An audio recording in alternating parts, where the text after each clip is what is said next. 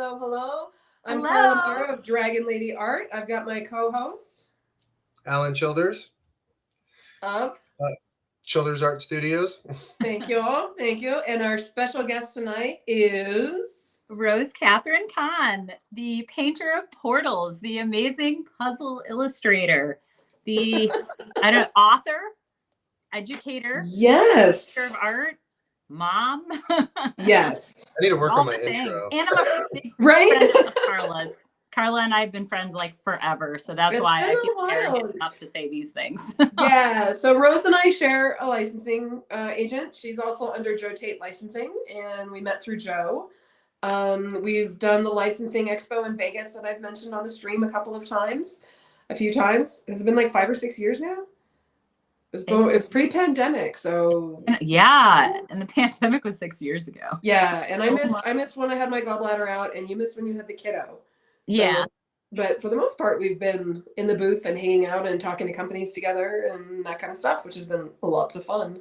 Yeah. Thank you for being our first official guest Yeah. on You're Purity honored. Dragons Artcast. Absolutely. I'm going to take a moment and share. So feel free to go to the Facebook page and share it if you're not automatically sharing it to the streams.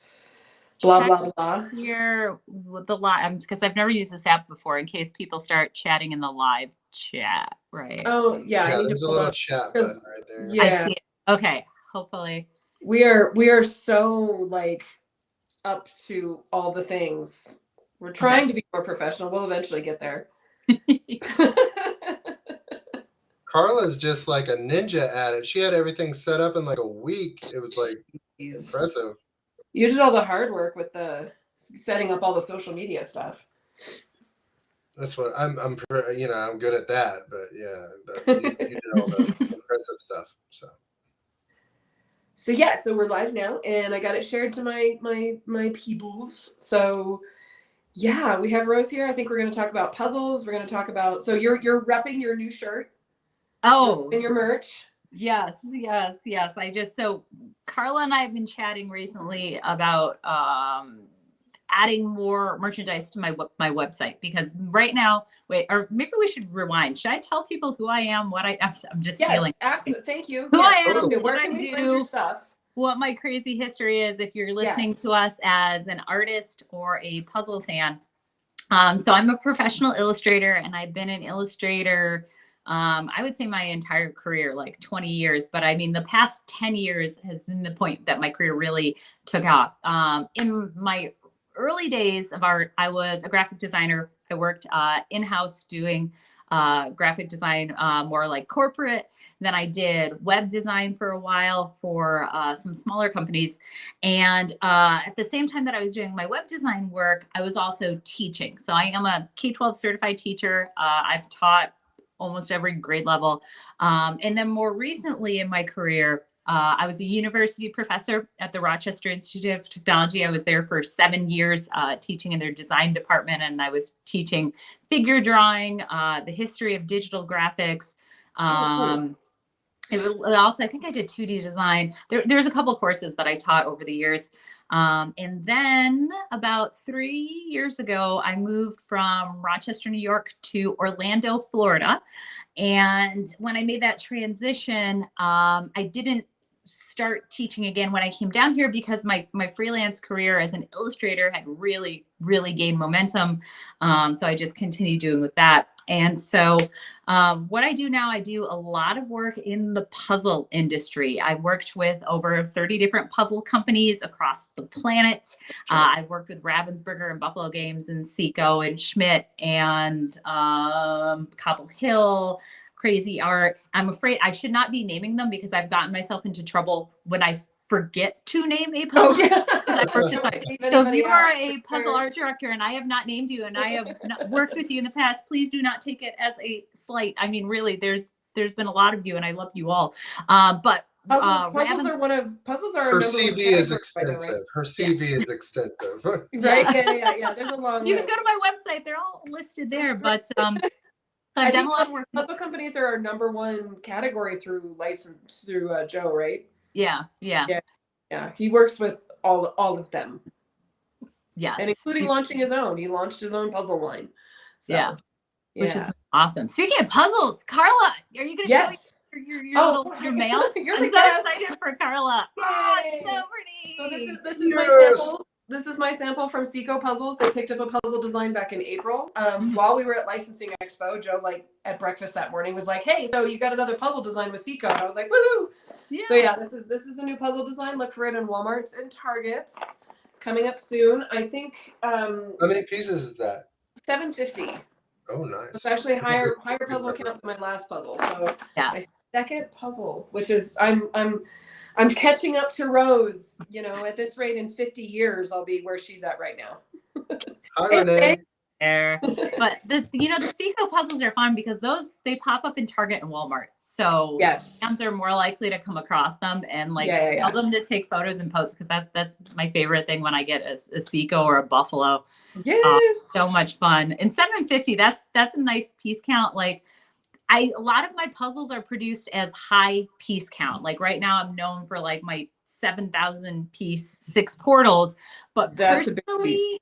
I prefer like the 750. I'm like, I like lighter. I like doing my puzzles in one night with a glass of wine. Right. Like, happy. So Puzzle light. yeah, pretty much. Your friend Renee is saying hi. Renee Carrier. Yeah. Hi. Renee has been with us Hi, Renee. for a while now. She's a collector of mine from way back. She's been a collector for a couple of years now and has made almost every live so far, I think. Cool. Yes. So the 7 portals. Now they hired you to do that puzzle, right? Yeah. 6 portals, and yes, 6 7,000 piece 6 port. People get confused. Yeah. So the funny story with that. So as I said in my intro, I'm a mom. I have 3 kids. I have a 10-year-old, an 8-year-old, and a 2-year-old. And what happened is when I was pregnant with the little guy with the 2-year-old, I had just cleared out my puzzle schedule. Like I had basically I fulfilled all my contractual obligations. Leo was about to be born. I was like, okay, cool. He was born in February of 2024. And within like 2 weeks, I get the email from Ravensburger and they're like, hey, we're launching this new line. We'd love you to do a elaborate fantasy design for us. Do you have room in your schedule? And I'm like, oh, like I was hoping for maternity leave, but that's something as an illustrator you just don't get. And I'm like, I'm happy. Like that type of project with Ravensburger, I mean, I was ecstatic. So please don't get me wrong. Like I was very excited to, and it was actually a good time because I had cleared out my schedule. I had a lot of focus. So within the next, and Ravensburger is wonderful about giving a lot of months lead time. They understand that as an illustrator, like if you're a successful illustrator, that means that you probably are constantly doing work. So you can't like drop everything and immediately do a design. Like they're really awesome at making sure I have the time to do it. So I had enough time to do the sketches. And then Leo was really tiny, pretty much every single nap is I pull up my iPad Pro and I'd be there illustrating in order to get it done. And it happened. I had to do the file. And for those of you who are thinking iPad Pro 7,000 piece puzzle, which by the way is 6 feet by 4 feet. That's the image. And did you do that in Procreate? Yeah. And so what I did was I built the design. So it's 6 panels, hence the 6 portals. Yes. And if you go to my website, rosecatcon.com, you could look me up and look up this design. But I basically built it as 6 separate files. There you go. So the iPad could handle the size, and then I put it together. I mean, even the one puzzle that I did that was picked up in Europe, it was such a big file that it was layers. I was working in layers. Mm-hmm. And it would be like the dragon would be in one file and the background would be in another file and the foreground would be in another file. Because even with the new iPad Pro, it was just way too big to work in it. Yeah, it's crazy. Yeah. So I was just about to ask, what kind of things like compositionally do you have to think about when you're trying to make a puzzle? Like if you're an artist looking to start designing puzzles. Everything all at once. Yeah, that's about right. So like, okay, the puzzle industry is, I mean, okay, so we're at a funny space right now because if you go and search for puzzles, we're seeing this influx of this AI garbage. And a lot of it is actually not what the puzzle manufacturers would determine as suitable for puzzles. I fall in more of the traditional category where when you look at an image, it's full of stuff. And I literally, so when I'm doing a 1,000-piece puzzle, I have a 1,000-piece grid. It's just 1,000 squares. And I plop it on top of my image every once in a while. And I make sure every single square of that grid has something interesting or unique to it. And basically, because like every piece is a clue.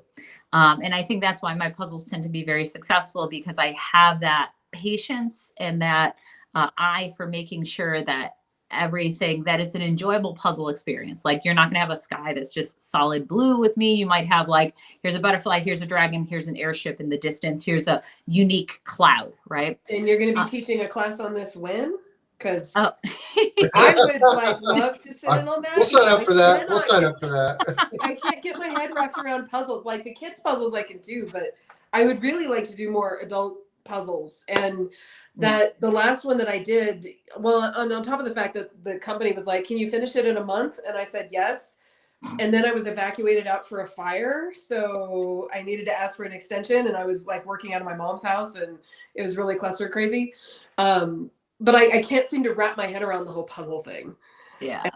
When you're talking about the grid and stuff, like that makes sense to me. And I think I can like sit down with you and work on puzzle stuff, because that would be amazing. But it's still, the illustrations still rely on, they still have to have good composition. They still have to have good movement. You've got to control the eye, right? So you've got to make sure your colors are varied, but not overwhelming, right? You still have focal point. You'll still have like all the good old traditional stuff you learn as an illustrator as far as composition, like that all matters, right? And it's just like this balancing act of having enough details, but not too many details, and enough. And it's like, once you start to do them and once you actually put together your own puzzles, you start to see, well, and you know, for some puzzlers, like my images might be overwhelming, or there might be too much stuff, or they're too easy, or they're too, what, you know, everybody has preference. Too, as far as what they enjoy putting together. I'm saying we have a question. Robin Herder. Also why they make great high piece counts and diamond art. Robin's one of my fans. She's coming over from my crowd. Hi, Robin. Welcome. Yeah, and she's right. Like a lot of my art also is diamond art is very popular for the very large diamond art pieces, as well as cross stitch, like the very super detailed. So we're not talking about the little product. We're talking about the ones that take, like, when it comes to those diamond arts, like literally 100,000 of those tiny little gems. I'm on the other end with the children's stuff, like diamond art. Is it diamond art? Diamond Dots just picked up my children designs because they're releasing the children's with bigger diamonds. And my stuff goes well with that. So I just got my advance for that, and hopefully we'll see those more soon. So So it's interesting that you're like the markets that we're hitting, right? Like I'm trying to hit more of the children's market, kind of the simpler, like I would like to do like box design or like art kits and stuff like that with my stuff. Yeah. And you're going more the high end or more advanced level of stuff with the amount of detail that you're putting in. And as you're saying that, like I've seen those cross stitch patterns that are like 2 feet by 4 feet. And I'm like, ain't nobody got time for that. Like people who do those are insane. Like go them. But it's crazy. Like, So there's a question that we were going to ask our artists when they come on. And I think you've already answered it, kind of. One of them is, what dragons are you facing with your art, and like how are you overcoming that? And I think you kind of answered it a little bit with the AI, and we cussed them on our first episode. So yeah, AI is definitely the biggest beast right now, and I don't know. I mean, there's so much to this, right? Because I'm coming in at a point with my career so I started my career, I graduated high school in 2002. And around that era, it was the start of the digital art, Wacom tablets and using Photoshop. Like my instructors and all my education in college, we're talking about traditional media.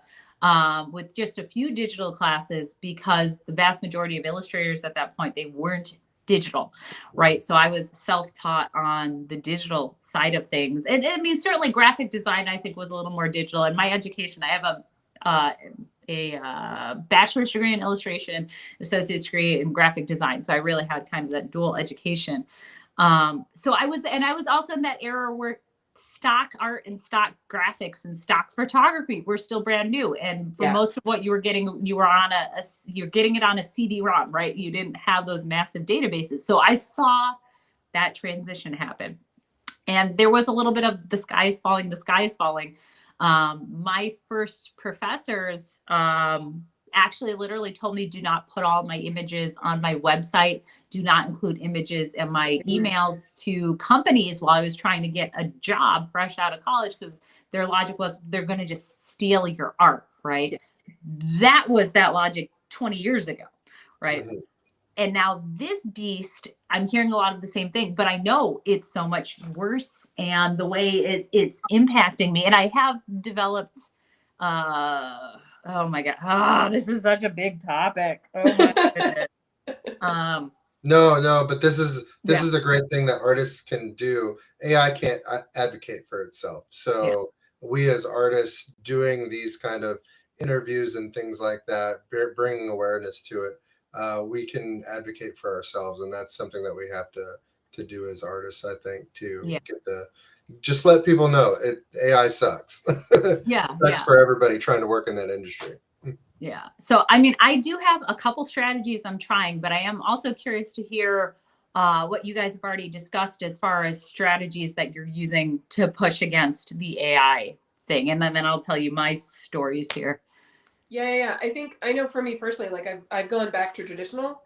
So I did digital starting in 2020 when I got sick and had my gallbladder out and I couldn't sit in my art desk. So I switched to digital. And, 6 months ago, I would have said, you'll pry my iPad from my cold, dead hands. Yeah. But then I realized traditional is going to be the way to go. So I'm seeing a vast movement across most of the artists that I know personally into traditional work again. And I know with my work, like I'm even bringing in the metal leaf and, metallic paints and stuff like that. So you have to be standing in front of the original in order to get the full effect from it. Yeah. So it's interactive in a way. And that's how I'm pushing back is more traditional work, more shows, like investing back into art shows and Renaissance fairs and things like that, where, it's live person to person. I really think we're going to see some pushback as people are ordering products from AI ads, and then they're getting the products in and it's not what they're ordering, and they're getting frustrated because they ordered a mug that looks like a crystal. Yeah. And you can't drink out of a crystal like that because crystals are porous and you will poison yourself. Like, right? or giant monkey couches, whatever the product is I think people are starting to lose faith in the internet and online. And I mean, you see it across the artists, forums too, of calling out artists for using AI when they're not using AI. It's the AI has been trained on their art. So of course of course it looks like their art. Of course their art looks like AI, because the AI has been trained on them. So I think, and I'm seeing this across a lot of people, of going back into traditional medias and videotaping and live streaming the processes and stuff like that. So yeah, I've seen several professional artists, digital artists, have to go back and they shouldn't have to do this, but a lot of them like show receipts. They show because we are cataloging our process to begin with, and a lot of them do that anyway to, content themselves out anyway. It's also serves as receipts now for people who think like your work is AI and stuff like that. As well as I'm also seeing artists like just tease work, showing a picture of an image if they're until like say they're going to do a limited release or they're going to show the work at a show. They're just teasing it up until it's actually too close to the show to release, and then they'll show the full image, or they'll then they'll put the limited release out. So that they're not being like, somebody's like already snatched it because you put it out too early, and then somebody has your exact same piece at the show you showed up at. I'm hearing all kinds of stories, but people like showing up and like they're set up next to a booth next to somebody who's literally scalping their work. So that's gross. I mean, I've had a few incidents happen with me with my puzzle art, but like that's a whole different level of gross. Yeah, grifters are going to grift, and for whatever reason, they think we're making more money than we are at shows. Yeah, it's and you guys, this isn't that. Yeah, and it's a good thing, and this kind of leads into some of what we were talking about earlier with your products. Print on demand and with drop shipping and whatnot, it's easier than ever for us to make products of our work, but it's also easier than ever for the grifters to make products of their AI slop and put it on print and make it look professional and make it look good and pay $500, $600, $1,200 for a booth at a show and show up and just, insta business pop. There it is. Right. And no matter what, like we can't keep up with AI. Like I can't paint 50 paintings in, 10 minutes. It's just not going to happen. Yeah. And we can't expect every AD or corporation or business that wants to make products to know the difference. Like, they should, but there's still those ones that slide under the radar. There are some AI art. I'm not going to call it art. There's some AI prompters out there who have a setup that they look legitimate, or they've and it's like, oh, okay, they might. So it's like, but they're not. Yeah, it's crazy. So, in regards to like my strategies, what both of you are saying with going back to traditional, I never thought I would go back to traditional, right? I sketch traditionally. So I've always had paper sketchbooks. I love working in tone tan sketchbooks with white ink, white colored pencil, watercolor ink. Like that's always been my sketching process. So I should have brought them on today. I have like stacks of these. So I've never fully let go of traditional media, but as far as delivering a product to a company, I've been digital because that's what's expected, because I've been asked to make last minute changes, color swaps. But now I'm getting into more of a hybrid process with my puzzles where I'm taking some elements of the puzzles and starting to hand paint them and then scan them in and then incorporate. That's cool. Because at this point with myself, because I also have young children, I have expectations of like the timeline, right? That would take me to do a massive puzzle. And I haven't quite worked up to the skill to be able to do an entire puzzle, all traditional media, and meet the deadlines expected of me. But I've been trying to do small, like just kind of working up bigger and bigger to incorporate digital into my work. And I think another thing I'm doing to push against AI is to look at the broader story. So I've been doing this all along. I'm just laughing because like Carla knows where this is going, my marketing pitch here. Centurnia is I'm a novelist, surprise. Centurnia is the fantasy novel series behind all of most of my larger works, and some of my puzzle illustrations, especially my early puzzle illustrations. I didn't really mention to art directors that I was pulling from this one universe, this one fantasy world that I've invested a lot of time over 2 decades of my life into this world. Wow. I have 3 novels out. Yeah. And it's professionally edited. Keith Day Candido, who is a really awesome sci-fi writer, who I met at a convention some years back. It was funny because I needed an editor and I was completely scared to approach him because this guy's, written for Star Trek and Firefly and Marvel. That's and awesome. He did some ancillary work for Buffy the Vampire Slayer, just like so many, but Star Trek is his big claim to fame as far as his literary. Plus he does his own fantasy works as well. So I had approached him about recommendations for an editor, and turns out he had editing in his professional background.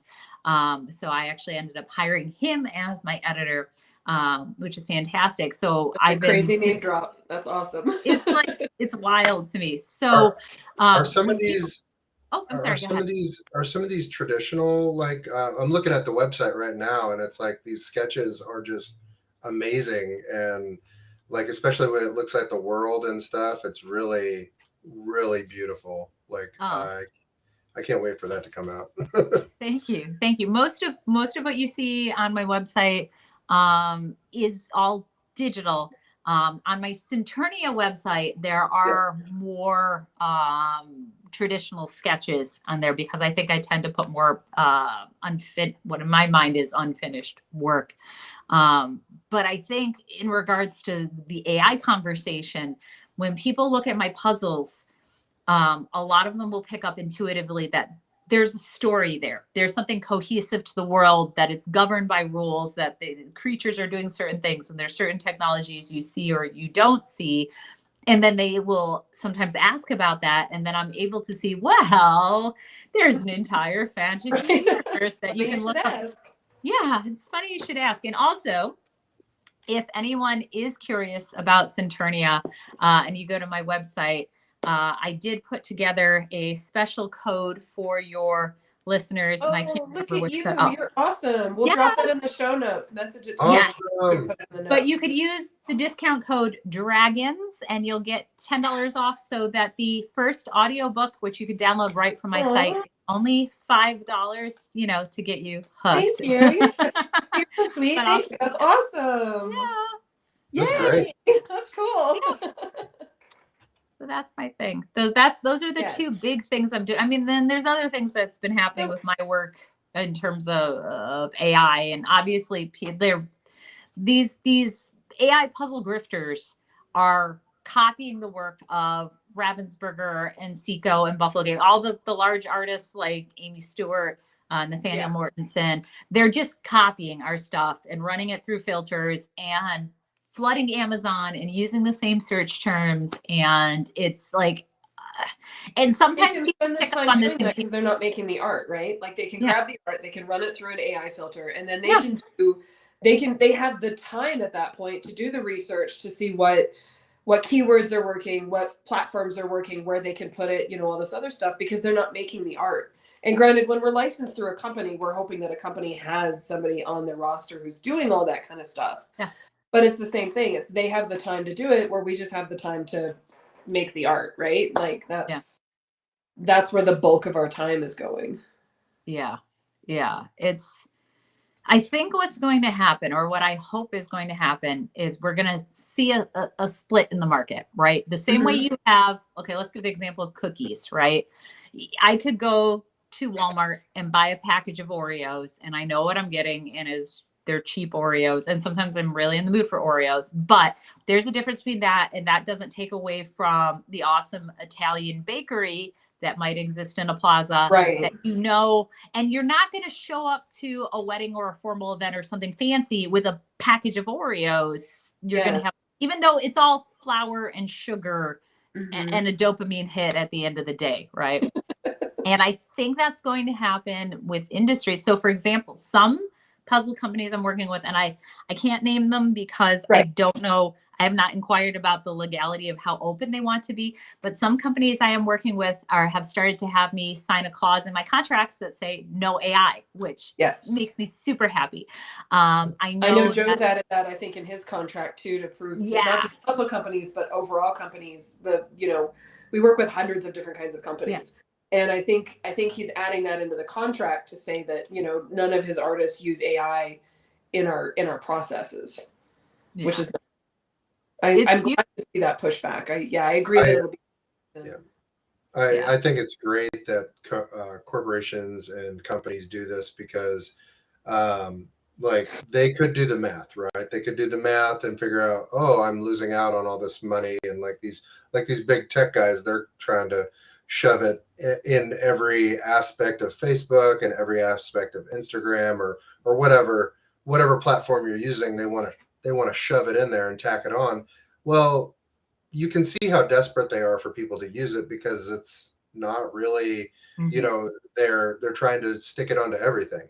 But it's not, people don't instantaneously gravitate towards it. It's not really, like, we inherently know that it's not like that great. So I think that corporations doing this will just like raise the bar and let people know that like actual people work here, actual Well, people, artists are doing stuff.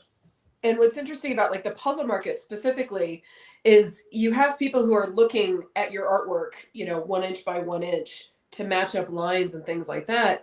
And what you have with a lot of the AI art is lines don't match up. So if you have a vine, it disappears and reappears, and not like behind a building or something, but like in very weird ways.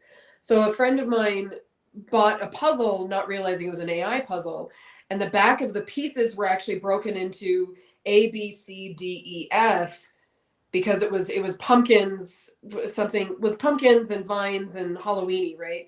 But the pumpkin that was up here looked exactly like the pumpkin that was down here. So you had to have that, A3, A5, B12, whatever, to put the pieces in the right place because nothing lined up properly.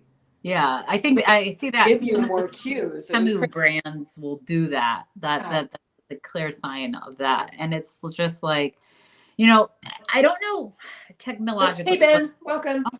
Sorry, Hi, in Ben. the chat. Oh no, Ben, that's Ben fine. was saying hi. It's another art Hi. friend of ours. I just heard it. I just arted as a friend of mine from Rico. So yeah. Yeah. I lost my train of thought. Sorry. Sorry Oh, about that. Yeah. no, The puzzle's not matching up. the technology as far as AI graphics and how. So I don't know if we're going to get to a point technologically where it is going to be indistinguishable, if they are going to work out the kinks, or if it's going to kind of feast upon itself and just keep regurgitating the errors. But what I honestly think what might happen is we're going to have maybe an industry more like fair trade coffee or organic beef, where there's going to be kind of a moral sticker that basically says, yeah, exactly. Oh my goodness. But to be able to say this is human made, and then you're going to have more luxury products, or maybe companies will wisen to the fact that if they do put this human made, then maybe they will charge a higher price point because it will be more of a luxury item, right? And I suspect, or I'm hoping, because I'm hoping that'll happen, because I hope that means there'll still be space for us. And you know what? There's a hunger for real art. So I was just at the Disney Festival of the Arts, which is here at Epcot. I do live 20 minutes from Walt Disney World. I don't know, have either of you ever been to Festival of the Arts? Not yet.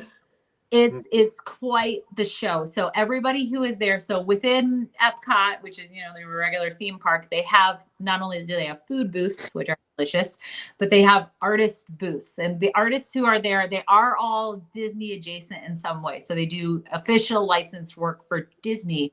But I think at this point, from what I see, I would say 90% of those artists are traditional painters, right? And usually they'll have the real painting up, these $5,000, $6,000, $10,000 gorgeous paintings. And then they'll also have the gallery canvas reproductions that might be like a couple $100. And then they'll have the print that's like this big, that's like $50, so something for every collector based on, what you feel comfortable spending. But there's still the admiration. So even if somebody's just buying the $50 paper print, it's still this moment of like, wow, that's the real painting. And it's right there on the wall. Original. And there's, people still care about that sort of thing. Right. Oh, yeah. Well, and I think, and I had mentioned this on the last one too, that a study just came out through one of the major colleges that staring at an original does something to our brain that looking at a print doesn't do. Oh. Yeah. So there's different wiring in the brain. And I know, so I had seen a Keith Parkins original. A friend of mine was an author and he painted the cover for her book. And she invited me over to see the original. And I had seen the cover multiple times, right? I've read the book several times. It's one of my favorite books. I've seen, yada, yada, yada. But to stand in front of it, like I wept standing in front of this original because it was after he had passed of cancer and everything else. And to see it, like his actual brushstrokes and his like fingerprints on the edge of the paint and stuff like that was such an emotional experience compared to just holding the cover art, in your hands and whatever. And so that makes it, there's something about standing in front of original that does something to our brain. And unfortunately with digital, you don't get that. Yeah. right? Because you don't have a big physical original to put up that you've actually brushstroked. It's all reproductions. Yeah. Yeah, there's I think you get the same kind of connection like when you go see into a museum a little bit. You almost feel connected to the artists of the past or whatnot. And when you can be connected to a contemporary artist right there, you can actually, show your appreciation to them. And so that's awesome. Hi, Kyle. Hi, Kyle. Saying It's hello to Kyle. Kyle's from my Facebook. Oh, awesome. Look at that. We got all three of them tonight. Kyle. Cool. Are there any questions from our viewers for any of us? And if you're just joining, we have puzzle artist Rose Catherine Kahn on with us. Some amazing puzzles that you could see on her website, rosekatherinekahn.com. Or is that it? Yeah. Okay. Yep. rosecatcon.com. Or just you should RoseCon puzzle artist, you'll find me.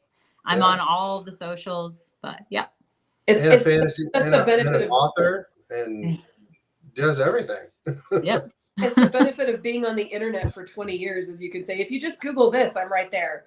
Yeah. If you Google DragonLady art, it's all me. If you Google RoseCon puzzle artist, it's all you. Alan, we're working on you. Yeah.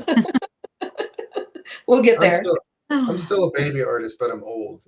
Right. It's never too late. I think so. How do you balance everything? Like you're an author and you're writing your books, and then you're a puzzle artist and you're doing personal art on top of that, and you have 3 kids and you have a husband. How the heck are you doing it all? Because I have like 3 brands that I want to cry. How many plates do you have spinning in the air at any one given time? You're neurotypical, aren't you? You don't have any divergencies, do you? You're neurotypical, huh? Oh no. I'm definitely like I don't think I'm quite average, whatever. Right. I really question. Look, as as an educator, I question the way we do these labels with neurodivergent. I don't want to go with that. But my point is, I think everybody is a little different in their own way because we're all raised differently. We learn differently. Our brains develop in different ways. We strengthen different parts of our brains. So I feel like, we're all, so this idea, I don't know, that's a big thing. Cause I'm like, no, I don't feel like I fit whatever the normal mold is that's expected of me, but I also don't know anyone who does fit whatever the mold is. But to answer your question, as far as how do I balance everything? And the answer is I don't, and I do it rather poorly. It's the constant feeling of if I'm saying yes to one thing, I'm saying no to something else. So often deadlines will dictate where my focus goes. So I have another high piece count puzzle that I can't talk about because I just wrapped up under NDA, but that is going to take my focus for the next several months. So that's definitely where my brain is going right now. I just finished, we just finished doing the audiobook recording for the 2nd and 3rd Centurion novel. I put all that live, but we did that because we did through like a Kickstarter. We did a technically backer kit. But in a couple weeks, I'm going to Atlanta for the Jigsaw Puzzle Nationals. I'm going to be a guest of honor for Ravensburger. So there's some marketing stuff for that. So that has sucked my attention. But while I'm paying attention to these things, I'm not getting in as much time to do writing because now my evenings are for my kids. So it's basically like it's not balanced. It's like something is constantly being swapped for another based on whatever the deadline is. And that's the honest truth of it. And maybe I'd have more time if I wasn't also mom, but also I feel like it's my kids are awesome. They're fun to hang out with. My kids are artists and creators and makers. So there's certainly something that I like being a mom. So that's obviously otherwise I wouldn't have 3 of them voluntarily. Yeah, kids can inspire you too. Kids can be an inspiration as well. So yeah. I think looks like Ben had somewhat of a question. Traditional art versus digital art. Staring at an original doesn't really work with digital art. Not quite sure And what your I question think, is. and he says he's out with his hands in both cookie jars. And I Ah. think kind of with digital art, the power of nostalgia comes into play. Because like there's a lot of digital art that is original, but it's everything kind of is taken from something else in a way, like or taken other things. We lost Alan. Oh, he Yeah. came back. Jumping in and out. Oh, did I There you glitch? Okay. Did I glitch? I'm I think sorry. you're Back. stabilized, man. Sorry, I glitched. Anyway, yeah, I think with digital art, like there's a lot because I see a lot of people who gravitate towards digital art too, and I think it's just because they are connected to like the or something of that nature. Sorry about that. I'm having technical difficulties tonight. It's an accessibility thing too. Like, I mean, how many of us, I mean, not most of us as I think elder millennials here, but our children for sure, or younger siblings kind of grew up with an iPad in their hands. And when you have, Procreate does work on the base level iPad. When you have accessibility to programs that are better than they were when we were kids, or not even kids, but we were in our 20s when Photoshop 1 came out. Like, we were all older at that point. I mean, I remember playing on a pirated copy of Photoshop and coding websites with Dreamweaver when I was in my late teens, early 20s for sure. And yeah, that's the accessibility is definitely a big thing too, right? And it's nice. It is nice having your iPad. Like I can work on my couch. I can work anywhere. I still do my preliminary sketches on my iPad, and then take it into traditional from there because it's all wrapped up in one thing, right? I mean, the downside is you can't draw outside when it's sunny, but it's always there. I can always pick it as long as I have a battery plug. It is just another medium, Kathy. Definitely, it's just another sometimes it doesn't carry the emotional weight of seeing sometimes the brush strokes. I guess for some people, I definitely have more of a connection when I look at some traditional works too. But there's definitely no like poo-pooing on digital versus versus traditional as mediums. We're definitely not arguing any of that. We all, it sounds like, use digital and traditional in various parts of our methods, and Rose is mostly digital right now, and I was strictly digital for years, and I'm just now getting back into traditional. And like for me personally, I noticed that I missed the feeling of like brush on paper and the drag and the different hand motions and being kind of more involved. That's not quite the word I want to use because that's not. It's a sensory thing. There's like a sensory thing. More tactical. For sure. Question for you, Carla. When you start to switch back, did you have a moment where you like made a mistake and then you like controlled? I have double tapped so many canvases. It's dumb. Like, and it's automatic. It's just like pop, pop, and I'm like, no, that's not gonna work. Or I've struggled through it, going, if I just did this digitally, I could be done by now, or it would look better, or I could manipulate that line or what. There was lots of regret the first two paintings that I did traditionally, and I still struggle. Like, this is the newest one, and I'm glazing in acrylic right now. Oh wow!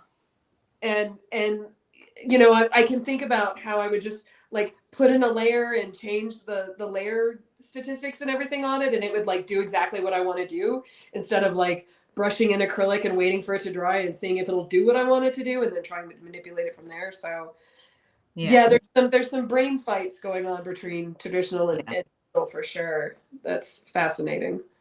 I remember learning digital on Autodesk sketchbook on a touchscreen phone for the first time. I was like making digital art before I had an iPad or anything like that, or even a then I went to like a bamboo tablet, and I was just like looking at the computer, staring at it for like hours, and but also like drawing onto the side and trying to learn how to do hotkeys and stuff. So I definitely drew a lot with a mouse the first several years. Yeah. So I'm reading Kat's comment about nostalgia for me is working with the mouse on the, I'm going to pronounce this wrong, Oakaki board. The world was music. Yeah, weren't those things where you, okay, so Kat is a friend of mine, by the way, and she's also Cool. a digital artist unto her own right. Awesome. And Welcome. were those the things where you'd have like the little competitions on like the website, and then you could, like, I think that's what she's talking about, if I recall correctly. Like you'd have a topic and then like multiple users could be working at the same time. I think I'll give her a second to respond there. But we're gonna start getting old school and talk about web rings and Elfwood. Remember Elfwood Anybody else back have in a the gallery day? on I want to Elfwood? go back and put freaking Facebook Elfwood in was a awesome. freaking Oh, blender. I miss I hate Elfwood. it. That was where so much of my Hate traffic it. came from. Yep. Elfwood was Mouse pre-deviant art, I'm pretty Oh, God. sure. It was. It absolutely was. It was. Elfwood was the first fantasy Yeah. gallery that was on the internet. I and remember that one. And Cat's message, Elfwood. guys, right? Message board with simple Message drawing board with applet in the simple- browser. Yeah. In browser. In browser. Anything in browser. Yeah. Yeah. Oh my gosh. We're Like, all old. everything is so shiny and wonderful. But it is Right. interesting seeing the new generation. Okay, so my daughter is 10 and she is definitely an artist. She has an iPad, she has Procreate, she has an Apple Pencil, because I'm not going to let my kid not have these Of things. course. Right? Because otherwise she'll steal yours all the time.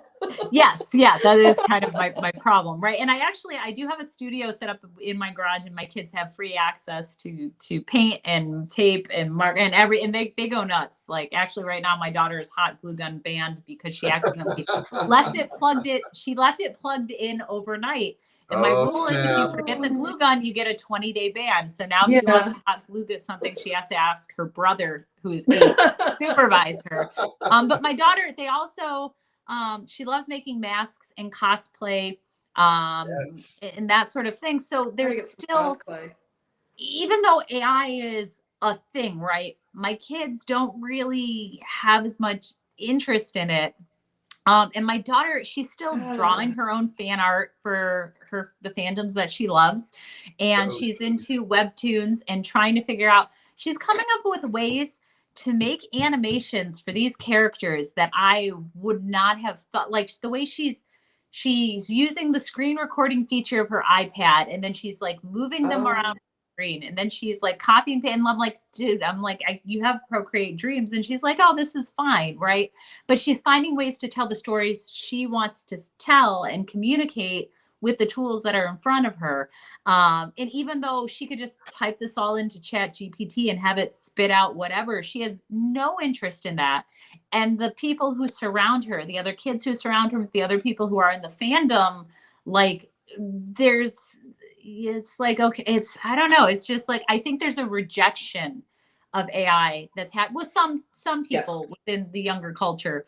Absolutely. Is wonderful to see, right? Mm-hmm. And the creativity and the desire to make things isn't going to stop. I think the thing that's most in danger is the ability for some people to be able to make a living, because the smaller jobs that we all used to cut our teeth on to get into the industry, those are going to vanish. You know, a small local, I'm a band, I need a poster for my thing, right?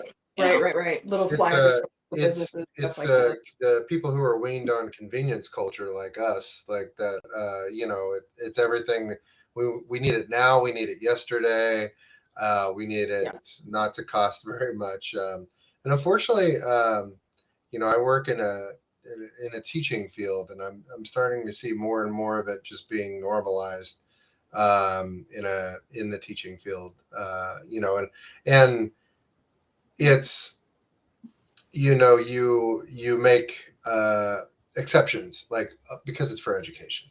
Because it's for education, we'll do that, and we're not making money off of it, but we're helping, just make some wall art for the school or something quick. And while that's, it's still ripping off somebody's work. It's still, scraping somebody's data to get what you wanted out of it without having to give anything back. So yeah, I agree. And Ben says, I think the problem with AI is that we're not invested in it. And I am inclined to agree. Grifters aside, grifters got to grift, blah, blah, blah. I almost feel bad for people who think that they're AI artists or whatever, because I know when I create something from scratch, right? When I have the idea, when I sketch it out, it's all about the process. It's not about the finished product. I mean, yes, I enjoy painting pretty pictures, but the act of creation, of engaging in this thing in a way that we don't engage with like everyday life or regular things or whatnot, is so different, right? Like I created this thing and I have an emotional and mental investment in it. And I know like something came out recently about people were starting to like leave Mid-Journey in droves because they were tired of the slot machine, right? They got sick of being able to put everything in hard mode, easy mode, and have it just pump out whatever they wanted instead of like working for it. Yeah. And that could be like Americanized culture, as you were saying earlier, Alan, about, we're convenience culture, right? We want everything right now, finished, complete, the whole like we skip the process and just go to the end product. When there's something about putting 40 hours into a piece, whether it's traditional or digital, that has more meaning, and we're proud of that, and we did this thing and this is cool, and I made this. And that joke meme about look at what they have to do in order to have half the power that we do as artists.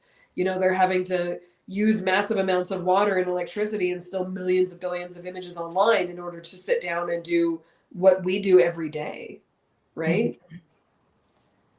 Totally. Thanks, Ben. And he's completely right, because and it's almost sad that like you're supportive, you're great, Rose. You're supportive for your kids. You're giving them those tools, but so many of those kids don't have those tools and don't have the support. Yeah. Right. How many artists do we know were shunned by their families and parents and stuff because because the end product took too long, right? Yeah. You'll never be an artist. You'll never make money. You'll never do this. You'll never do that. When it's so, even if you don't make money at it, I mean, we still would be doing this. Yeah. Right. It's like a calling almost. Yeah. Yeah.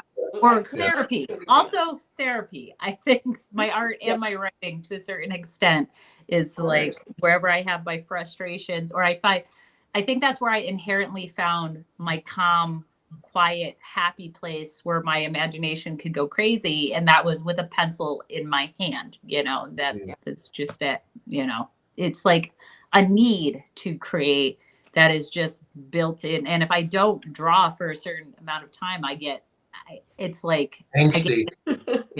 Yeah. I think there is something like mentally, if we go too long without making art, like it messes with our ability to think through problems or think through like thoughts or like get fuzzy or something. Because I think it helps us align how we think a little bit and align things. Because I know that problem has happened with a lot of artists who I know who if they don't spend very much time in the studio, or they don't draw enough, or they don't create enough, they start like feeling like feeling like that angst, like that, like I can't, you have to just get it out. And I do that too. I'm the same way. I'm like, it's almost like being hangry, but you gotta make art. Well, there's a concept, and I'm sorry. Oh, I was being art great, angry artist. Art great. Oh my goodness. I know it was bad. Sorry. But, the thing I was going to say is, and I don't know if I'm using the correct term, but flow states, meditation, that whole branch, or even the feeling you get when you're reading a physical novel. Yes. Your brain can just go into this happy mode. And if we don't get enough of that, which I think we often suffer with our digital culture, with our stupid feeds of news that's awful right now. But to be able to take a step back and get back to, and when we were younger, it was much easier to be able to read a book, draw uninterrupted, and that was healthy. Because we were bored a lot. You had 4 channels. We need that. Yeah, exactly. So I have a question then, as you as a digital artist. So I worked in a bookstore for 10 years, and a lot of things people said was that they would read on their Kindle and they couldn't remember what books they were reading. So basically, there was no like ritual in the reading of the book, right? We pick up a book, we see the cover, we open it, we scan the pages, we flip the pages, they smell the book, right? It's engaging more senses than just picking up your phone and reading the same book on your phone or different books, so it's the same experience. Does that make sense? Yeah. So for traditional or for digital painting, do you find you have some of that when you paint too? Like, do you remember specific paintings, or does it all kind of blur together because the ritual is the same no matter what? Does that make sense? Oh, Do you no, see what I I'm think saying? when you with the act of creating, I think inherently ties things to my brain in interesting Okay. ways. Like if I look back at my puzzle illustrations, there are certain parts of them that are hardwired to memories in my brain that I cannot separate. So, for example, Okay. Limmerstone Bakery, which is an image of two witchy characters in a very lovely bakery scene. It's actually tied into Saturnia. But every time I look at that image, when I look at the tiny little, they're essentially Hershey Kisses, but I took off the logo. Right. But I No look at those copyright and I infringement. remember, I can tell you exactly where I was when I painted those. And that was, I was in a dentist's office because my daughter was young and having oral surgery. Okay. And that's what I was drawing at the time I was sitting in that dentist's office. Right. And there's Yeah. other elements of my painting as I could look at and be like, I was sitting at this restaurant. I was sitting at the, this place in my house. Where I was, it's for some elements, some of them I couldn't tell you Yeah. where or when I was when I painted them. But they have ingrained themselves.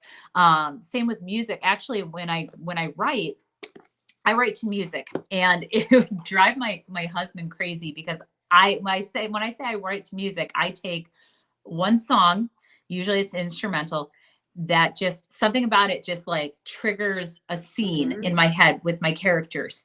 And I will listen to it on loop over and over and over and over and over again while I'm writing. And so now There's I have the neurodivergence. headphones. There we go. So I write with headphones and I also pace while I write, but I write the entire scenes in my brain. Yeah. And I hear the dialogue of the characters, and then I have it all beautifully mapped out when I actually sit down at the keyboard to type it out. It's like it's coming from someplace else. But then I will still play the same music again and again and again because it's just because I see it in my head like a movie. That's the soundtrack. So that was really, I don't know if I actually answered. I think I answered your question. Yeah, you did. Totally. That was really cool. Yeah, yes, you did. That was awesome. Yeah. So that brings me to, Ella, do you have a question? Before I just take over here. I'm just I'm in awe of everything that, Rose is creating. So like I keep clicking back and forth through her website and just going through Saturnia, the Saturnia website's pictures and stuff because it's all amazing stuff. Aww. It's great stuff. Thank you. If you guys weren't on, we're gonna put a code in later, and she's making it to where the ebook, the first book, is $5 for us. Yep. The audio book, actually, and that's the audio DRM book. Free. Yeah, I'm sorry. Yeah. Go ahead. You're promoting me, and I'm talking over. Yeah. Well, I'm butchering it. Let the man work. I'm new at this. Go ahead. You do it. I know. We're figuring it. Yeah. No, you're talking about me. Here. That's better. I'll just shut up. Excuse me. Sorry. Yeah, amazing artwork on your website. I'm loving it, and I definitely can see where, some people would want to try to steal a lot of your work for AI, and it's like, no, don't do that. Yeah. Don't do that. So what is your process with creating puzzles and work? And we'll start with that. We'll start with that first, and then I've got another side question to ask you. We need to. I don't think we've actually talked about a lot of this at Vegas. We talk a lot of art in Vegas. Yeah, we do. Yeah. But basically, with my puzzles, it depends what the goal is. Okay, so sometimes there's a certain manufacturer that might be like, hey, we're looking for a winter scene puzzle, right? And certain manufacturers have certain requirements based on their audience. So one big thing is some puzzle companies like people in their art, and some puzzle companies do not like people because they feel like it impacts their target audience and the marketability of the puzzle. And like, I have no preference either way, but it's just certainly what people like. Some puzzle companies are like, yeah, fantasy, as many dragons as you can in there. That's great. Some companies are literally like, well, if there's a winged cat, can you make that into a normal cat, please? Right. I had that request before. So I start with, who is it for? So if I know it, and sometimes the puzzle companies will approach me ahead of time, and usually, they'll message Joe and be like, hey, is Rose available? We'd like her. It's usually they want me for my style. And sometimes they'll give me a theme. Sometimes they don't. Sometimes it's more of like a general thing, like, certain types of images. Sometimes it's what I want to do completely. And that's the Centurnia art. And, over the years, I've gotten to the point where, especially now with the Tate & Co puzzles, there's been some images that I've told Joe, I'm like, if somebody asks me to change this, I ain't changing it, because it's actually, so like Found It is a recent puzzle I did. And those are two characters from Centurnia, and it's Jesse and Nico. And it's a very specific scene in the 4th novel, which has not been released yet. And it's emotional, it's important. I was like, I'm painting this one for me. Because I want to paint more romantic images. Romantic-y? Yeah, romantic-y. I love the genre. It's a genre and it's a trend right now, but I've always been interested in fantasy and romance stories. So it's like nothing new, right? Rose is the person I send all my spicy memes to. Carla, sometimes I need a laugh, and those are like yeah. When the spicy book memes come across my feed, I send them to Rose. So much fairy smut. Very smart. I love it. Oh my god. I used to watch Felicia Day had a book club thing. Oh, back in the day. I used to watch that. Like, oh my god, what was it called? I know the one you're talking about. Vaginal. I can't remember. It was something about vaginas. I don't know. Oh my gosh, I can't remember. Hey, Kat, do you remember? I feel like I used to send her. I used to send her the links back. And fumble with this one. Kat, right?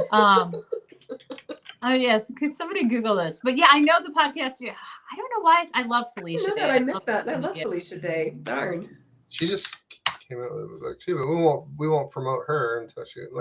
Vaginal Fantasy Book Club. Okay. That was with Veronica Belmont and Bonnie Burton, and they used to get on there. They used to get tipsy, and sometimes almost just. There goes our E for everything rating. We should have just been. But it was. But they would talk about like everything from like, the books that they were reading and stuff like that. So we. I think Carla and I just thought maybe we need to start a book club. Like we don't have it. Like we don't have enough. We don't have enough stuff to do. Yeah. No, I'm all over that. I think it'd be great. Thing is, I just got Dungeon Crawler Carl finally. Oh, I've heard they've been talking about that in my book club, that because I have a local one here where we all read different books, which is awesome. But people have been talking about that series so much; it's on my list. Yeah. So, is it good? Yeah, it's good. I'm current. Alan's read it all.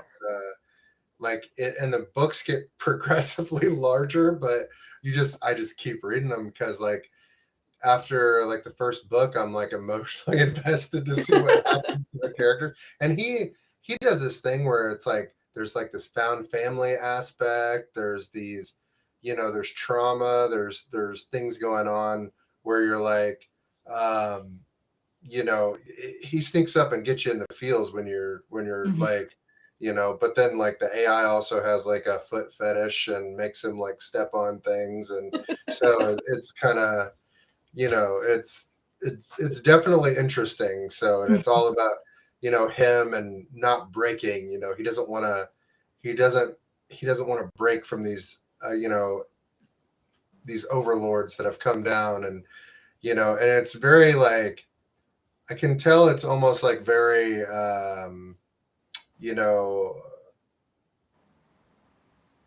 it connects to what's going on in our everyday. Because you just want to be like that to like your boss or whatever's coming down on you. You just want to be like give them the finger and say, "You're not going to break me." So that's kind of a reoccurring theme of that book. Cool. I will definitely, like I said, it's on my list. I tend to do a lot of audiobooks lately. I'll do audiobooks while I'm drawing, but it's only certain I guess parts the of the audiobook, the guy that reads it sounds like Kronk. So he's reading it almost sounding like Kronk. Oh my God, yeah. He does great. His voice are fabulous. They're really, really good. Yeah. Cool. So you were talking about audiobooks a lot. Yeah. So what did we cover what your process is when you're working on a piece? Like do you start with an idea and do you kind of sketch it out and do you kind of find your way through the sketching? Oh, like that part. Yeah, because I know, because I know with me, like I have to get the finished piece has to come in like a download, and I see it because you were talking about with your novel, right? You like work it all out in your head and then you sit down and type it. That's how I paint. Is it's all in my head and then I sit down and vomit it onto canvas. I'm not one of these like stumbling artists that can sketch things out and kind of find my way that way. So I was curious what I wasn't calling you out specifically, but if the shoe fits, I don't work that way. And so watching Alan work is always like, that's amazing because I don't work that way. So yeah, what is your process from like beginning to end? So if I have the luxury of time, because occasionally there's projects where it's just like, I'm just going to do what they ask for and just put it on the page. I do thumbnail sketches. I try to force myself to do at least 25, if not 50. Like I have a sheet and I just tell myself, I ain't going to stop until this is finished. Right. Oh, you're a thumbnail artist. Oh my God. Yeah. And I go there because you know what, when it comes to a puzzle, it has to look good, because when somebody looks at it from across the store, looking at a store shelf, or when you're looking at it, it has to read well, as small, and the values. So I figure out value. I sketch in black and white usually. So I get the values down and I get the overall composition. And then when I finally nail one that I'm like, I've run out of time, or I'm just like, I'm sick of this, I'm just going to go with this, or I'm actually happy, I will then take that image, blow it up, put it in Procreate, and then I'll do usually one sketch phase where I lay out everything. And then I'll do a secondary sketch phase. And usually by that point, I'm starting to pull in references. I'm starting to think about lighting and color and lighting direction. Because I don't think about lighting until my thumbnail and my values are, I'm happy with it and it's readable. Okay. Then I think about lighting and color and all of that. And once I start to dictate the lighting and I commit to my light source early, and I have and sometimes I have reference photos for them. Sometimes I go to Google, though now it's very difficult because AI is all of Google. So it's just like I'm relying more on my photography. Though occasionally I still go to Pinterest. I still go to, if there's like something I don't have a reference for, I have to go and see what's on the internet, even though I don't know what the source of the image is. Pinterest has gotten so bogged down with AI too. You can turn it off. It used to be my go-to. Pinterest used to be my mood board go-to. Yeah.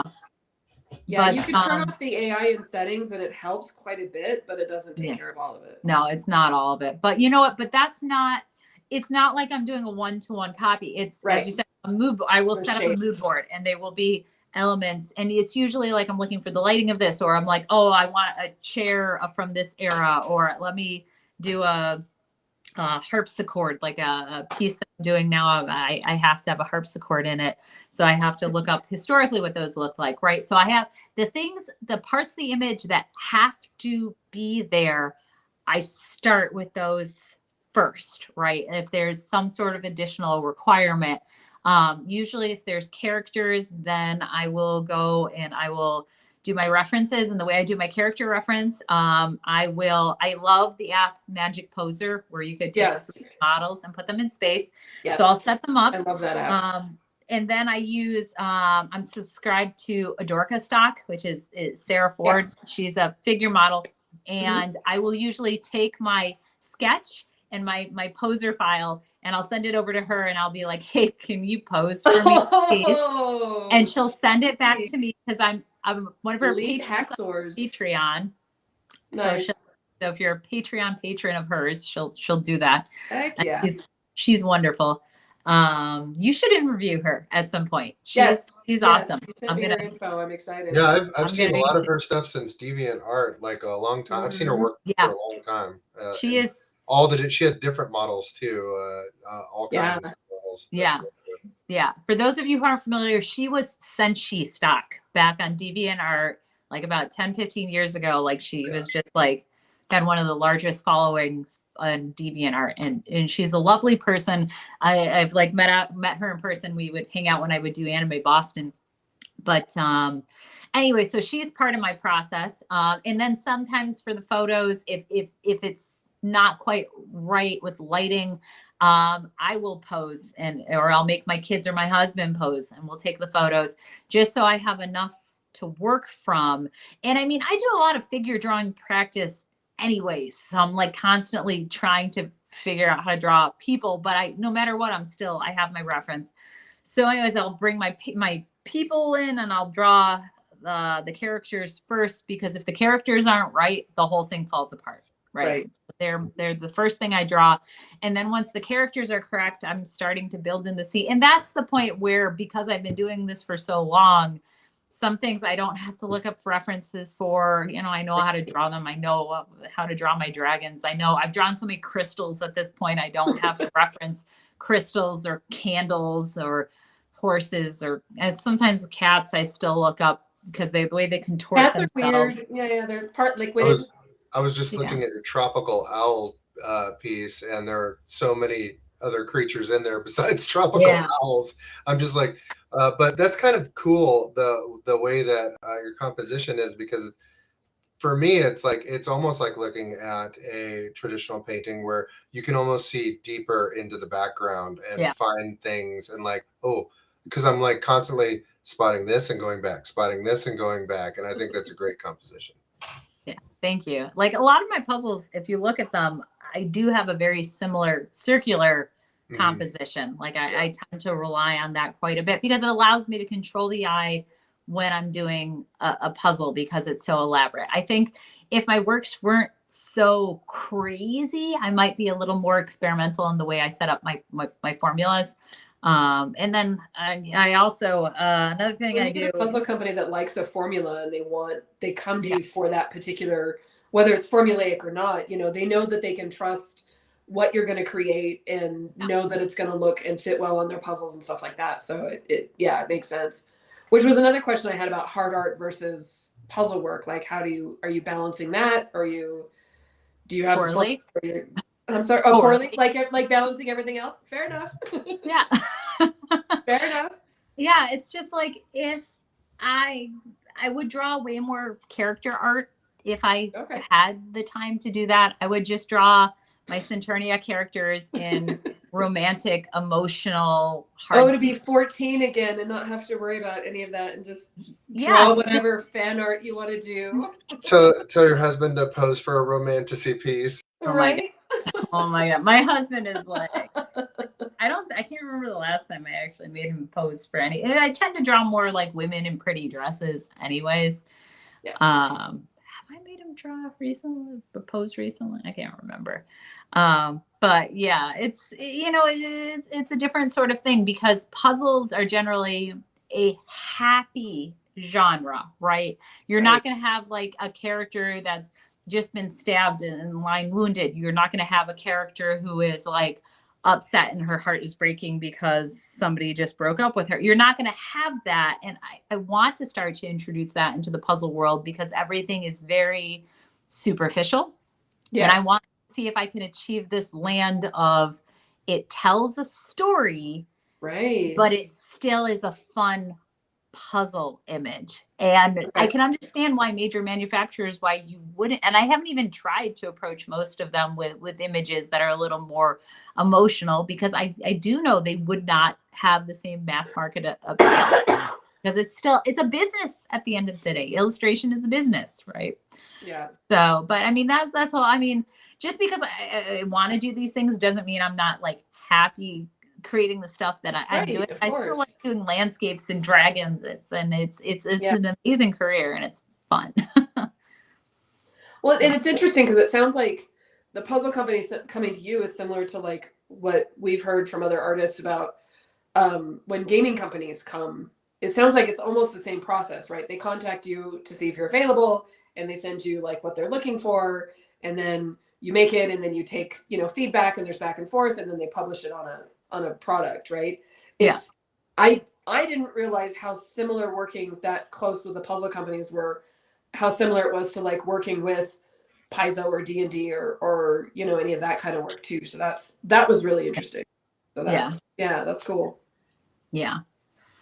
So because I work with Joe too, but he's like, just make whatever you want, and then I'll try to find a home for it, which is what I've been doing, is just making whatever I want and trying to find a home for it. And I'm not quite as licensed as you are through Tate, which is fine. I think I'm one of the mid-tier licensors, which is totally fine. But it's just interesting that that the process is very similar. The question I just got in the chat, we just got Yeah. are they sending you AI mock-up type images like, we want something like this? I will say, and I will not say who, I have received puzzle briefs that I look at them and I'm like, I'm pretty sure that came out of an AI. But then, to be fair, jumping back in defense of these puzzle companies and these art directors, previously for other companies, I'd received briefs where I'd have like other artists' art or Google search, just like anything that's trying to the art directors are trying to communicate by any means they can the idea, and whatever is presented to me is just like a kind of like this. And then, but that's why they're hiring me, because they know I'm going to take this and take it like 50 yards further from whatever they're me. Right. And they're trying to be helpful. So, I mean, like I said, so the source of whatever, and this is like, more often than not, I don't have graphics in what there's usually a written description or just a conversation. If they're giving me any sort of direction at all. Sometimes I draw something and I'm like, oh, Joe, send it to this company first, because I think this would hit well with them. And if they decline it, then, see who will take it. And sometimes my instincts are right. And sometimes I'm like completely wrong. And the piece sits for like 6 months before somebody else picks it up. So happened too. And that's interesting too with the licensing is making something and putting it out there. And then like, maybe it'll hit big, or maybe it won't, or maybe it'll take 6 months, or maybe like a puzzle company will pick it up and it won't do very well and it'll sit for a while. And then like 3 years later, another company will come in. And I mean, that's what's nice about working with Ravensburger and Buffalo and Seco and whatnot is, like Seco's contract is like 2 years. And once that contract is up, Joe can take these images and go to other puzzle companies and say, so Seco, this contract is up. Seco published it. They did well with it. It's now open for anybody else.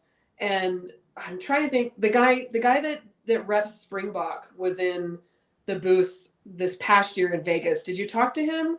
I didn't. Was it just me and Bridget? Springbok is one of the companies I've not worked with yet at all. So yeah, Springbok is leaning heavily into AI. And he was saying that the turnover rate on puzzles right now is like 4 to 5 months.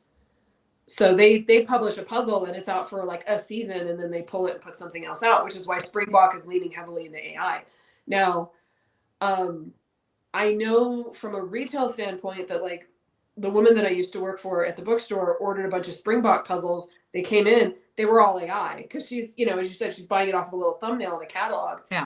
And she wrote Springbok back, and she's like, I will never buy puzzles from you again because they're all AI and I can't sell them. Yeah. Because the younger generation, especially Gen Z and a little lower, early millennial Gen Z, they're recognizing AI and they're not purchasing it. Yeah. And then it was a store owner for her to be carrying AI puzzles, even though she didn't know they were AI when she purchased them. Yeah. Yeah. I've actually talked to not one, but like 2 librarians at this point, because often libraries now will have a puzzle section, a puzzle zone. Yeah. And they have expressed to me that they have accidentally purchased AI puzzles, and they're teen. It is the teen crowd, especially. Yeah. They're like, we can't, and they literally just like trashed them, gave them away, because there was the rejection. But yeah, the funny thing is, you are right on the cycles are moving quicker because they're having to compete with the online marketplaces, right? But this is where piece count will also come in, because the larger the piece count, because it's more of an investment from a technical standpoint, and making sure how it prints, right? There's just a little bit more to it. Right. Higher piece counts tend to stay in the lines longer. Oh, that would make sense. Yeah. But They're also, there's you know, also- they take longer to do. So yeah. Yeah. So Robin says, I believe Springbok also keeps puzzle rights indefinitely. Oh, That's would be a big reason why we're not with them, because Joe, like our agent, is really against that. Really against that. We have very structured, interesting. timeline contracts and stuff like that. They would not be sitting on a design. Oh, that's it. Yeah, that's yeah. Huh. Interesting. Huh. Oh, We're spilling Sure. the tea, I think. We're spilling. We're spilling some tea. Yeah, right. Joe's never gonna get a contract with Springbok. I hope yeah. we didn't want one, because we just ruined it for him. Better put more zeros behind that, buddy. Better put some more zeros behind that. Yeah. Right. So it is 8:50. I don't know what time do you guys normally, or say 8:50 on the East Coast here. Yeah, what we time- only have about 10 more minutes, and we were gonna wrap. Okay, we are gonna wrap at 9. Yeah. Okay. Yeah. Cool. Are there other questions? Yeah. from Do we have Brad? open it Oh up? yeah, I was curious. You may have answered this already. Did you, when you were creating art, did you seek out licensing, or did licensors seek you out, or was it like a kind of like a, you know, kind of a dance? You know, you kept running into each other. I didn't know. Okay, kind of both, sorta. And let me explain. So I used to do, and I still do, conventions, like especially anime, comic, gaming, anybody who would take me, I would go to those, and I'd be at the artist alley tables. And I used to do Anime Boston quite a bit. And I remember in 2014, I was approached by the art director from Seco, because they have an office right there in Boston. It used to be who's like, Buffalo oh, I Puzzles, love your yeah. art. Here's my business card. You know, reach out to me, send me your portfolio. So I sent her my portfolio twice, never heard back. However, there's more to that story. Maybe about a year or two later, I had been actually listening to Carla. Do you remember when Bridget used to have her art share? That's how I got hooked up with Joe too. Was through that. He was a guest on that podcast. Oh, you were a guest? Oh, you're so No, good. Joe was a guest. Oh, Joe was, then- yeah. Yeah. And he was like, apply here if you're interested in having us rep your art. And I applied. And that was almost 15 years ago now. You know that? Isn't that crazy? Yeah. Yeah. So that Did you podcast. apply?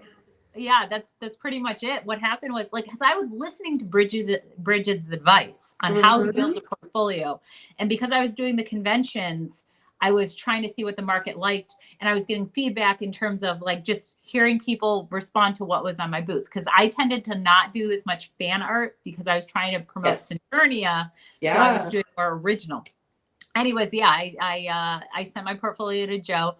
At the time, he had a thing on the website that says, you know, expect your response within 2 weeks, right? He responded in like 2 hours. It was crazy. Yeah, he called me the next day. Oh my gosh, it was amazing. He liked my time dragons because and all he could talk about was like, oh, let's see these as figurines. And I'm like, to me, it was mind blowing because I never seen landed I figurines. can't wait to talk to Joe. He sounds awesome. Yeah. Joe's really cool.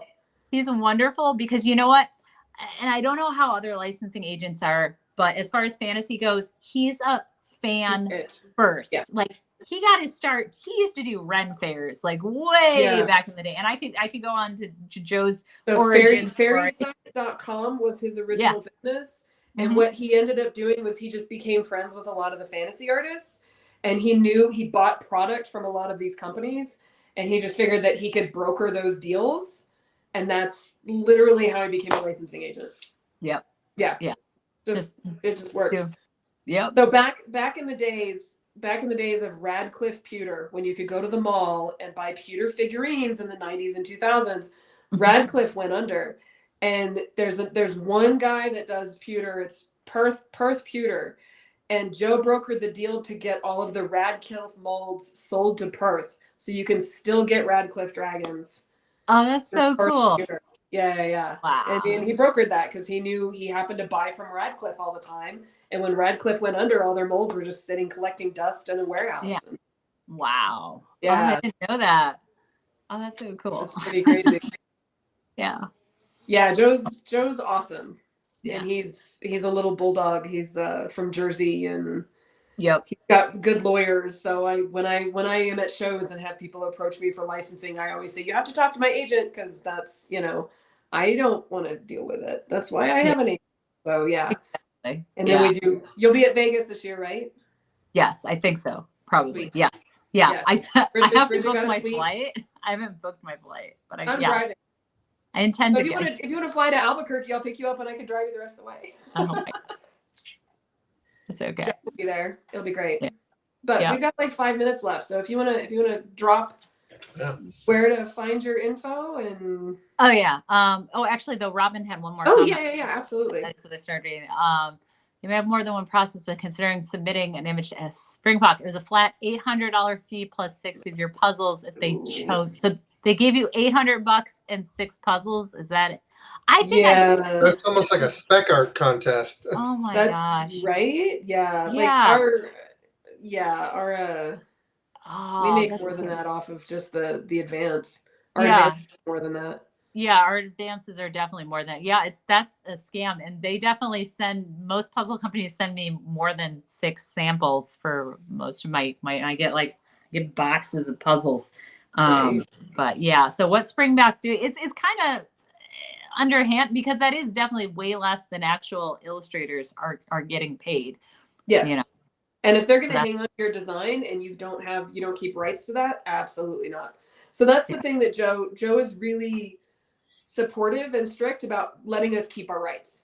Yeah. Right. All of the, no matter what I've got licensed on what, I retain the rights. So I can still make, it explains the AI exactly, because they can't get artists. We retain the arts for all of our work. So I can make prints. I can go to other companies. You can cross companies. You can have it on cross stitch and diamond and puzzles, and it's all kosher. Yeah, he's really strict about letting us keep our rights and stuff, and that's one of the reasons I really like him. So yeah.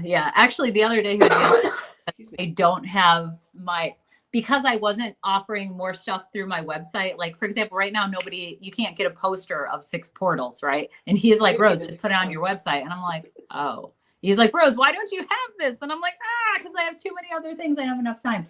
And this dovetails into, you just asked me to tell people where I could find all my stuff. I don't think I talked about the t-shirt at all during this conversation. I'm going to stand up here. Cool. I'm starting to, my gamer shirt. I'm starting to offer more merch through my website. I mean, already right now, if you are interested in my art, if you go to rosecatcon.com, I sell a lot of my puzzles through my website, and you can get signed copies of my puzzles as well as my novels. And that's the only place online where you can get signed copies. Otherwise, you have to hunt me down at an art fair in Orlando, Florida, which I do. And I try to post those. I haven't been right now. My schedule is fairly blank because I have my son is tiny, but I'm adding more on. So look for those in the future. But yeah, so I'll have more merch on my website, but really, if you go to my website, you'll find the links to all of my socials. I'm on YouTube and Facebook and Instagram and Blue Sky and LinkedIn. We'll put our link in the show notes when we repost. Yes. Yeah. And once again, if you are curious about the universe of Saturnia, which is Portal Fantasy, I don't even have time to go into it, but if you use we'll have you on again. Yeah, the coupon code DRAGON in checkout for the audiobook, you can get the audiobook, the first one, for only $5, and it is DRM free. So if you don't want to give your money to the evil overlords of Amazon, this is yours to keep. It's basically a zip file with a nice big old set of MP3s, and it's yours forever. Because I'm getting to the point with my career that when it comes to watermarks and digital rights and whatever, I'm like, look, I've been ripped off by so many companies. I would rather fans get my stuff and freely share it, because that's who I want to be able to act. I'm not going to prevent you from accessing my stuff. I really don't like these subscription-based services, so that's why you can get my novels direct from me. I mean, and certainly if you have an Audible account, or if you have Spotify, you can also find Saturnia that way. But yeah, that's how you find all the things. I think I covered. Did I say everything I needed to say, Carla? I think so. Yeah, I We're think still so. figuring this out, so Yeah. Here Be Dragons is also Artcast is on Spotify and Apple iTunes, and you can also watch the VOD on our YouTube channel. So we appreciate you having you on, Rose. It's so nice to meet you. And Yeah. Cool. Thank you Awesome. so much. This has been a fun conference. This has really flown right by. So we should do this again. Absolutely. We'd love to have you on. So I'm Carla Morrow of DragonLady Art, and my co-host is Alan Childers of Childers Art Studios.